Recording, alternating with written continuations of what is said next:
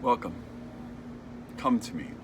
Come to me, all you are weary and carrying heavy burdens, and I will give you rest. Take my yoke upon you and learn from me, for I am gentle and humble in heart, and you will find rest for your soul. For my yoke is easy, my way is easy, and my burden is light. My yoke, my way is easy, and my burden is light. Easy? Last week, we're told to leave our mother or father, and not to love our children as much as we love God. And if I want to find my life, I have to lose it.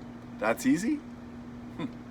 When we pull any passage out of Scripture, it can seem extreme. But when we pull back a little, when we shift or broaden our focus, when we see the passage as part of something greater, our perspective changes. That's why, for me, this passage is one of my favorites. Because it's challenging, but also because it has comforted me in many times in my life through various troubles and challenges. And it continues to speak to me every time I read it. In fact, I don't even read it. I encounter it. Every year I share it with my students, and it continues to speak to them. That's the richness of Scripture. It unfolds as our lives do, and it truly becomes a living text. Logos, the Word, made flesh and dwelling among us. How does it come alive for you? How does it speak to you? How do you rest? We all need it. How do we come to it? What's the formula? What's the plan? Again, last week, it was about letting go, losing to find. This week, it's about relationship. Come to me. It's about connection, about getting help, and again, about letting go. This time, about letting go of the illusion that I can do it on my own. I can find rest if I just balance things better, get a little more organized, get more sleep, exercise, better diet. You know the drill. The rest Jesus is calling us to is not about doing, it's about being. We still have to get out there and live, make a living, pay the bills, take care of our responsibilities. But how to come to it? True rest, that is. How to come to it. How do we rest? Not just the absence of being busy, which we all are, but rest as a way of being.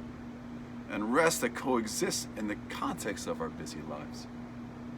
That's where the magic happens. In the day-to-day reality, that's the trick. And the secret to this trick lies in the envelope, please. It lies in humility.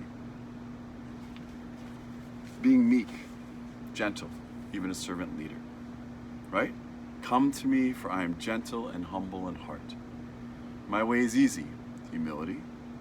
My burden light, gentleness. What do you think? Do you buy it? Jesus lived in a stressful time. It was a patriarchal honor-shame society, and he lived in a land that was occupied and terrorized by an outside force, a lot of external stressors. Because of this, he often chastised the religious leaders of his day, because they made things worse. Jesus came to say no to them, to turn things upside down. Living and creating God's kingdom was not about power. It was about humility. It was not about control. It was and is about letting go, about being gentle. It's not about a formula or ritual, the right words in a prayer. It's about relationship, covenant, being together, and resting each other. Come to me and I will give you rest. So it comes. Like all things, with patience, practice, intentionality, presence, and time, it comes. Step by step, little by little. You have to give yourself the gift of a little time. Right? Pay yourself first is what they say. So you can let go of some of the burdens that you carry, and rest, it will come. I prepared a little meditation that goes along with this passage, and it might help you come to these gifts. I'll link it here and encourage you to give it a try.